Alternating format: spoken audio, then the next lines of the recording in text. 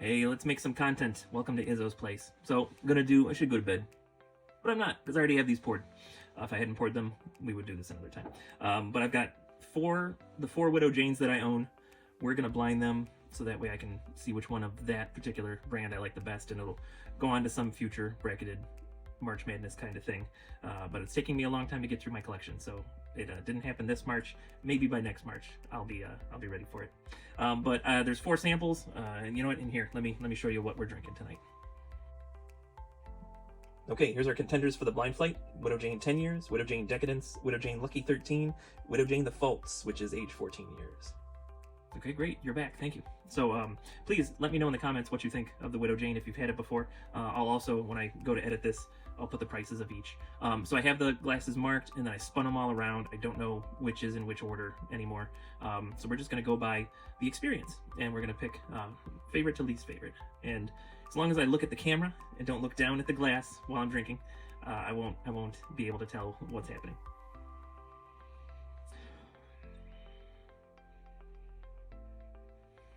So it's a very nice nose. It's got hints of oak, but it's mostly sweet. It's caramel. It's got just a hint of smoke in it too, which I don't remember ever smelling before in a Widow Jane.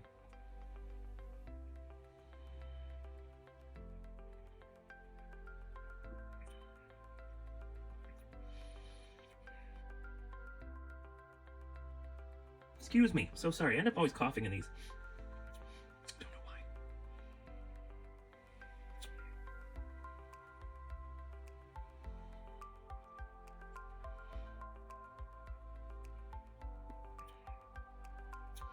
So Widow Jane sources its barrels, and they blend stuff. That's got quite a hug at the end. This might be the vaults. So on the nose, it's got I think I mentioned caramel, oak, a little bit of smoke for some reason. It had quite a hug at the end. I have this is only my second sip of whiskey tonight, so got quite a bit of a hug. But of these 4, 2 of them are 91 proof, 1 is 93 proof, and the other is 99 proof. So this might be the 99 proof. All right, so at the moment, that's out in the front. If it is the 99 proof, it is not quite as delicious as I remember. It's got a nice nose. So this one lends more towards a burnt sugar maple note rather than caramel like the last one.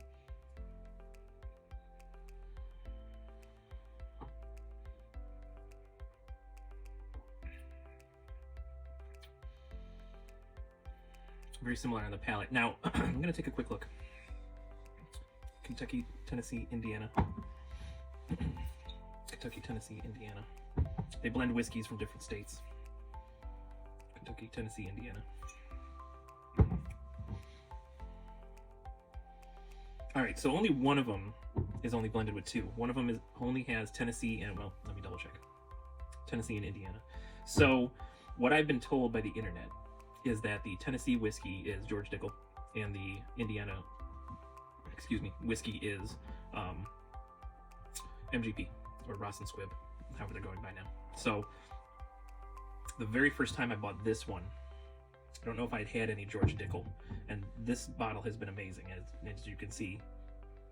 Enjoyed it, but not just me drinking the bottle.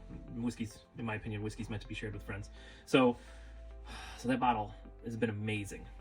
Tonight I'm tasting the George Dickel, and what some people get in the George Dickel is they call it a mineral taste, or some people describe it as Flintstones vitamins. I describe it as just being sour, but not like a flavor of sour. I describe it as the sour, like when you touch your tongue to a 9-volt battery, and it's that kind of almost acidic sour.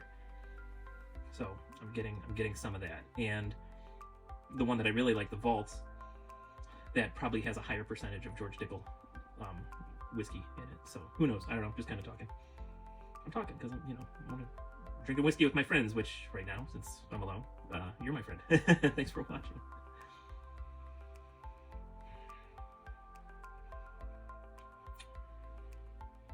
Okay, this third nose is kind of cherries and buttery, so it's kind of like cherry pie happening here.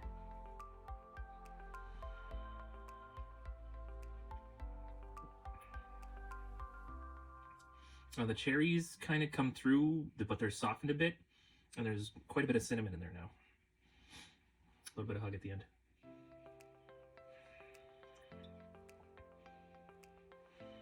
I will put in editing. I'll put the prices up for you for the 4 different ones. I may have even put it when I showed the bottles earlier. This note is different. This might be the vaults. It'll be interesting later to find out. Because it's creamier, it's butterier on the nose.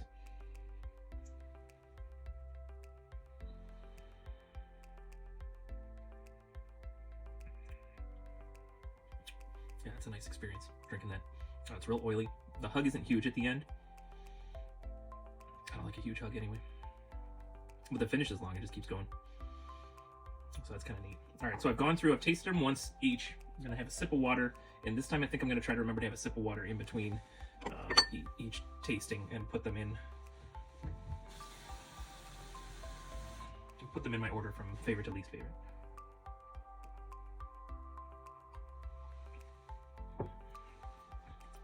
Also, I'm going to change up the order kind of randomly. Oops, easy there. All right, this one is kind of, the alcohol is kind of forward in the nose this time through, which I don't remember noticing it the first time going through this, but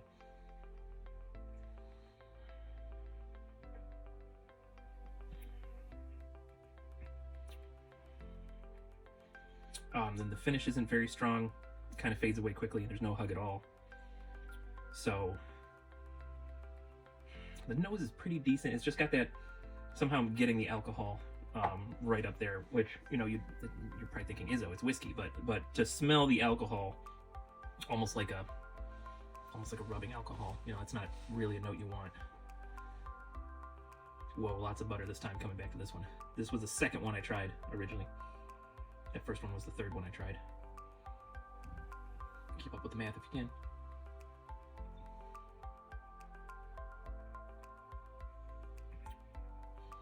That's very buttery. I like that. All right, so of those two, number 3 is in last place. Number 2 is in first. This one's like right in between the two. There's a bit of cinnamon on the nose this time on this one. This was the first one. This was number 1.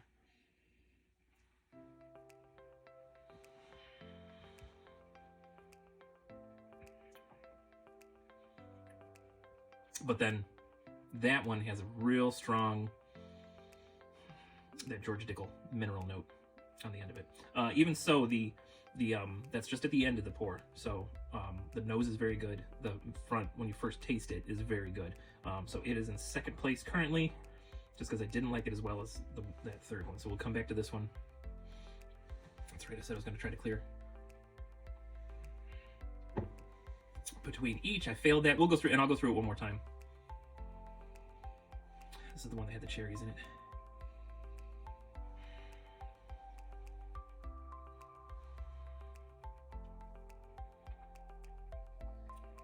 See, that one's neat because it's good. It's real light on the nose, cherries, a little bit of burnt sugar, and that's real oily when it hits your mouth, and it's kind of nice. Kind of spreads out around your mouth, hugs you a little as it goes down.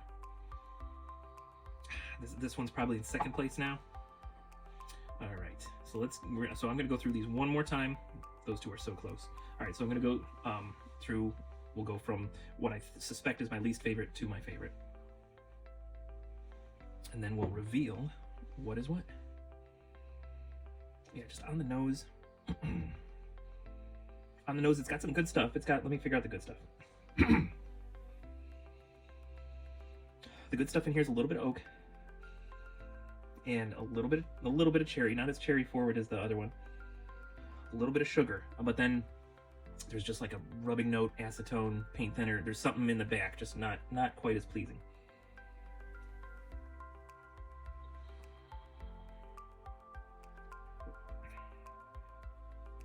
It kind of translates to the palate. It's a little bit weak. And don't get me wrong, all these are very good. I'm nitpicking, but it's just a little weak. It kind of dissipates, although it does have like a lingering sort of hug going on right now, but the flavors kind of disappeared and vanished. All right, so that one I think is staying in last place. Oops, here we go. Hey, I remembered.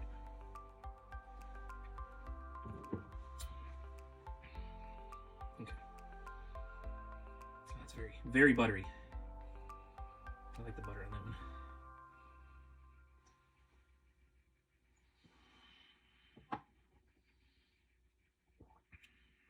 Buttery on the nose, a little bit of butter on the palate.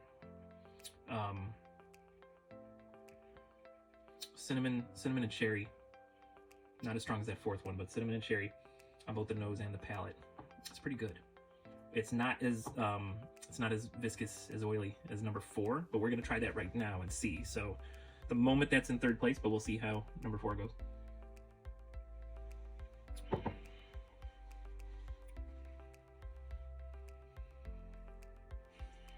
That is just very nice. There's some vanilla coming through this time.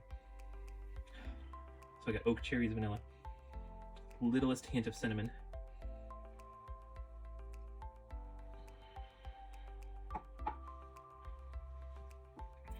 And it's just fat and oily on the palate. I'll tell you what, so far on this redo of this round, I guess this is round 3 maybe, not really getting that George Dickel mineral taste, so that's kind of nice. All right, this is the one that I thought might be in first place, so I'm gonna try that. Oops, hold on.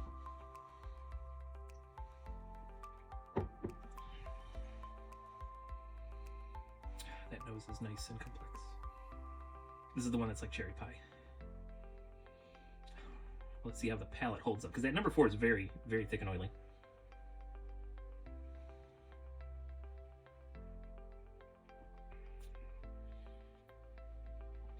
Man, you know what though? On this time through, I'm getting that George Dickel mineral taste. So I think that one bumps down to second place, and the fourth one goes up to first place. All right, let's see who won. All right, so last place is number 1. So it's the Widow Jane, age 10 years. So there's nothing wrong with this bottle. This is nitpicking. As you can see, this bottle, much like its expensive older brother, is well used between me and my friends. So Widow Jane, age 10 years, in new American oak barrels, made with pure limestone mineral water from the legendary Rosendale mines of New York, blend of straight bourbon whiskeys. This was bottled in 2022. It's 91 proof, so that's 45.5% alcohol. So it's a blending of Kentucky, Tennessee, and Indiana bourbon. So again, the internet says the Tennessee whiskey is George Dickel. The Indiana whiskey is MGP or Ross and Squibb. And I don't know the Kentucky. I'll have to look it up and see. So let me go ahead and read you the label. Reviving the lost art of marrying the finest whiskeys. Widow Jane 10-year-old is our signature bourbon. Hand assembled in Brooklyn using the richest and rarest straight bourbons, batched 5 barrels at a time. So 5 barrels at a time. It's going to be roughly 180-ish barrels from a 53-gallon barrel. So would it be times 5? So that'd be 5. So that'd be 900 bottles. So they're blending it with enough to make 900 bottles at a time. We'll look at that in a minute. I think they say what bottle number this is on the front. Anyway, where are we at? Batched 5 barrels at a time, non-chill filtered, and proofed with our own mineral water from the legendary Rosendale mines of New York. We deliver a whiskey unique in its intensity and complexity. And I don't disagree with that. Even though this is coming in last, it's a good bottle of whiskey. It's $75 retail. So this is batch 805. This is bottle 397, date 2022. And like I said, just guessing at 5 bottles, if everything went well with the whiskey, 5 barrels, should be around 900 bottles. So I got like the 400th bottle, roughly. So that was last place. Let's not say last place. It's my least favorite. I like them all. All right, next was this one. This came in third place. It's number 3. So third place, very interesting. And it was close. It was hard to decide between these. So this is the Widow Jane, Lucky 13, age 13 years in American oak, pure limestone water from the legendary Rosendale mines of New York, blend of straight bourbon whiskeys. So this one was batch 22 of the Lucky 13. So let's talk age statements for a minute, in case you haven't been watching the channel or aren't into whiskey at all. So when this says 10 years, it's possible that some of this whiskey in this was older than 10 years. But for that to say 10 years, that means the youngest whiskey in there has to be at least 10 years, or else they can't call it that. So with this one then, Lucky 13, it has to be at least 13 years old. One of the 3 whiskeys in here could be 13. Now the other ones could be older. We'll talk about that when I get into the vaults. But that's just how these things go and the way that they're legally supposed to put labels on. So this one was 93 proof, 46.5% alcohol by volume. Let's go volume. This unique offering arises from a select group of barrels whose warehouse position has led the whiskeys to unusually rich and flavorful character. Aged for a minimum of 13 years, hand-assembled in Brooklyn, non-chill filtered, and proofed with our own limestone water from the legendary Rosendale mines of New York. You're going to see that as a theme. Lucky 13 is always a good way to, is always a way to share good fortune. Cool. Oh, these are actually kosher. So if that matters for you, these are actually kosher. So third place goes to the Widow Jane 13. Okay, it's coming down to the Decadence and the Vaults. Let's see what I did to myself. The Vaults is stupid expensive, unfortunately. I hate it. Oh, the Vaults came in second place. I just neck poured the Decadence today. So what was the issue? Why did it come down? This was the one, it had that minerality in it for me tonight, and I'd never gotten that with this pour before.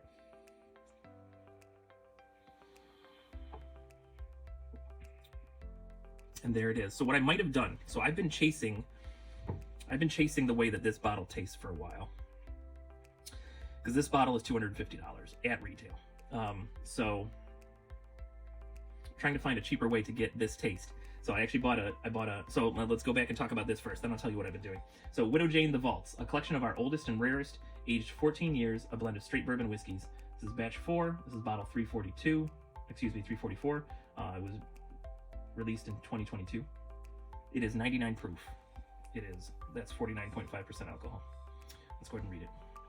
Widow Jane the Vaults. And so the age might change on some of these. Like newer releases I saw were 15 years. Widow Jane the Vaults, the 2022 limited release of our most hedonistic bourbon, each barrel handpicked for its depth of flavor. The Vaults 2022 is a marriage of our very best bourbons aged a minimum of 14 years, painstakingly selected and assembled in unique casks raised from rare 3-year air-seasoned Missouri oak, taking the poetry of whiskey and making it sing. Interesting. This white oak from the Ozarks is renowned for its light grain, delivering a complexity and intensity of flavor, sure to delight even the most discerning palate. Discerning palate. So this one, unlike the other 3, this is the only one that only has 2 kinds of whiskey in it. So the other ones have 3. For some reason, this one leaves out the Kentucky. Until this pour, this bottle has been the most amazing thing, and it's just come in second place. We're gonna sip it again. So let me talk about what I've been doing. So the internet has told me, and I believe the internet to a certain degree, the internet has told me that that this has probably got 14-year-old MGP, so that's the stuff from Indiana, and but that the Dickel in it is probably 18, 19, 20 years old. And so that seemed to me to be a fabulous. Also I did a Patreon live stream for Stuff and Whiskey, and in that flight they had an 18-year-old single barrel Dickel that I loved almost as much as I loved this Vault thing. I was made fun of by probably 3/4 of the panel that day. There was only 1 or 2 other people that enjoyed that particular pour. So what I did is I've been buying George Dickel at various ages and proofs, trying to find that same taste that I'm looking for. The oldest one I found was a 15-year-old George Dickel, and it's got the notes that I want in it, but it's got that minerality in it, that sourness. And like I said, this is the first time since I've opened this bottle that I've gotten that from this. So I don't know if I've accidentally attuned myself to be able to taste that sour note, and so now I'm picking it up even in this thing that I love, or what. Or if it's just the evening, because that's the other thing with your palate. It could just be the evening. Like tomorrow maybe I sip this and it's perfect again. Who knows? That's the interesting / frustrating / wonderful part about whiskey, is how it changes depending on your body and how much air is in the bottle and how long it's been sitting. All of that factors in. It's like magic. Anyway, so what I've been so I got the 15-year-old single barrel Dickel, and I get that sour taste. So what I've been doing is I've been mixing it with other things in my collection, trying to chase down what would cancel out that note and add in some other cherries and sweetness notes that I want in that whiskey.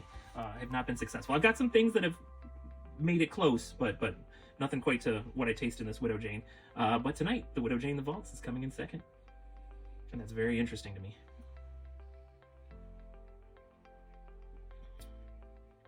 And again, for all I'm complaining, these are all very good whiskeys. That does not matter at all.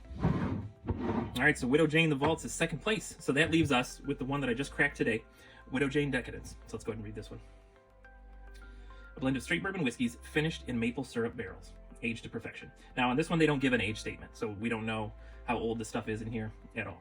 Batch 27, bottle 255, date 2023, 45.5% alcohol by volume. It's 91 proof.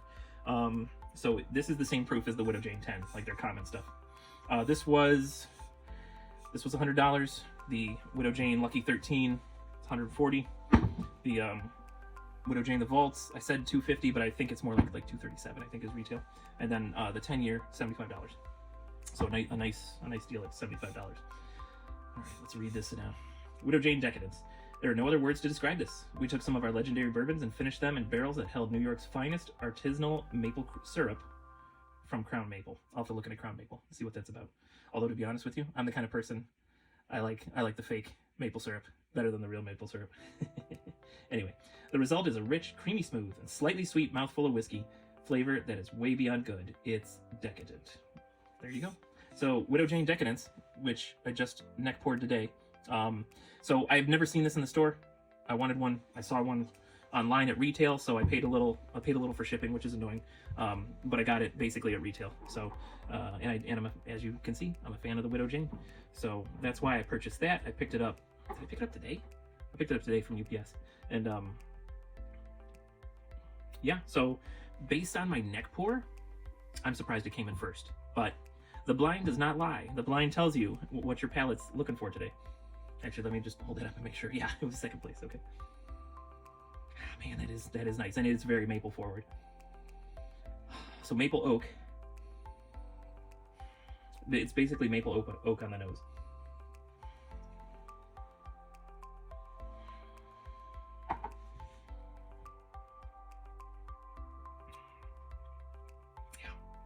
Yeah, and that one is not bleeding through any of the George Dickel in it. It's got a nice long finish. It's still going. It's giving me a little hug now. It's fantastic. And as I'm talking and breathing, and this will happen sometimes. So when you are enjoying your whiskey with your friends responsibly, sometimes if you breathe in and out after you've swallowed something, you'll even catch other notes. So I got marshmallow. Like as I was talking about how the finish was continuing and the hug was continuing, I was actually breathing in and out, talking and tasting marshmallow. So it's whiskey's fascinating. I find it fascinating. I hope you find it fascinating.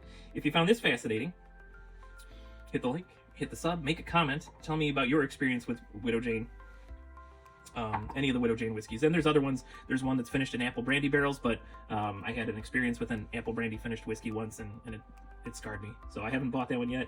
They got a rye. I really do need to try their rye eventually, one of these days soon.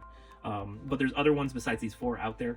So if you've tried one of them, please let me know in the comments what you thought of it. And if you wanted to virtually do one of these blinds with me, email me at heyizzo@yahoo.com, and we'll set something up as long as you're 21. If you're under 21, we'll do a cola blind and see how that goes. But anyway, thank you for hanging out. If you're working, work safely. I'm recovering from a lapse in judgment. And if you're drinking whiskey, please drink responsibly. But do everything with a little bit of whimsy, and you're going to have a good time. I'll see you next time you're hanging out at Izzo's place.